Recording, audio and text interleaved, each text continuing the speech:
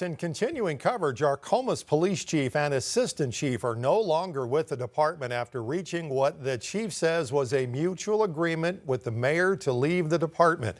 Chief Michael Ivey and Assistant Chief Mallory Speaks have been on leave since June 23rd as the city investigated alleged claims against them. We still don't know what those claims are. The Arkoma Board of Trustees was set to meet at noon today to consider that agreement, but the meeting was canceled due to no quorum. Chief Ivey told us he and Speaks signed their agreements today, and now it's in the hands of the board. It's a mutually agreed upon decision that myself and my assistant chief will resign, and that's as far as I'm willing to go until they vote on it. Mayor Bobby Weatherford declined an interview or statement today, but told 5 News he hopes the board can take up the agreement within the next week or so. It's been more than a week now since a 16-year-old boy was killed in a shooting in Fort Smith. Police still searching for the suspect. Jasmine Johnston is wanted on first-degree murder and aggravated robbery charges in connection with the shooting. Police say she is considered armed and dangerous, and if you have any information leading to her location, you're urged to call 911 or Crime Stoppers at 78-CRIME. A reward is available for information. Meanwhile, the second suspect arrested in Oklahoma last week was in court today. Donnie Warner also facing first-degree murder. He did not enter a plea today and is expected back in Fort Smith court next week.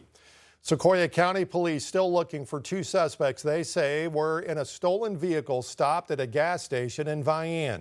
It happened at the Love's gas station in Vian Monday night. Police arrested the driver and found a large quantity of heroin in the car.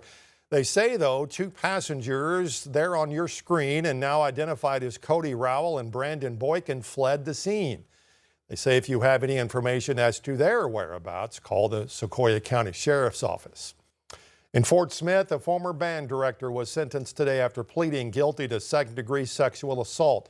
James Palmer was the former band director at Chaffin Middle School and Southside High School.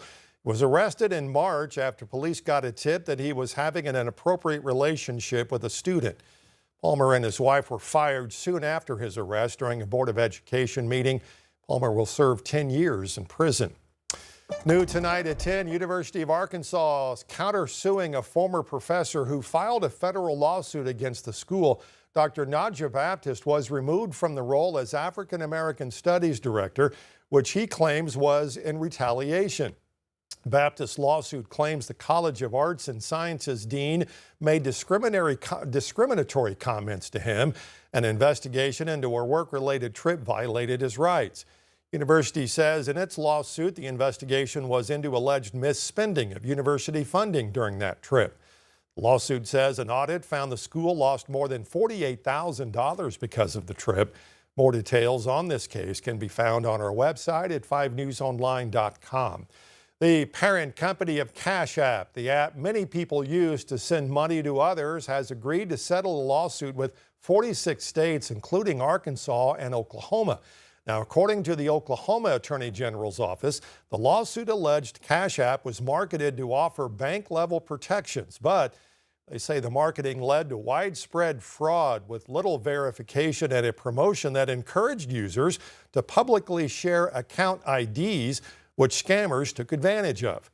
Under the settlement, company must provide live customer support to users, stop the promotion that was causing fraud, and pay states $45 million total. Oklahoma will get $525,000. Arkansas will get a little more than $450,000. Bella Vista firefighters are the latest in Northwest Arkansas now to join the International Association of Firefighters. Local union leaders say the move reflects both the region's growth and the changing needs of its fire departments. 5 News reporter Bo Russell is speaking with leaders about why departments are making this change. Northwest Arkansas is growing, and that growth is changing fire departments. That's why firefighters I spoke with today say that joining unions is one way to address pay, protections, and staffing. Bella Vista firefighters recently voted to unionize, joining Rogers, Fayetteville, Springdale, and Siloam Springs. Rogers firefighters formed their local last year. Union President Nathan Meek says the group gives firefighters a voice in decisions affecting pay, retirement, and workplace protections. He says membership is voluntary and the group isn't there to cause problems. People think about striking and not showing up to work, causing a stress to cities. That's not what we're here for. We're a non-striking union. Union leaders say about 72% of professional firefighters statewide are now part of the Arkansas Professional Firefighters and the IAFF. Meek says he expects more Northwest Arkansas departments to follow. In Siloam Springs, covering news where you live, I'm Bo Russell, 5 News. Well, back in Sequoyah County, if you go fishing near Gore in the lower Illinois River, the Oklahoma Department of Wildlife Conservation announcing it is suspending trout stocking in the river. They say it's all because of flooding from last year, causing 2 years' worth of trout to be lost. They say the hatchery was not a complete loss. The flooding greatly reduced production, though. They say staff are working hard now to rebuild the hatchery and expected to provide an update sometime in September.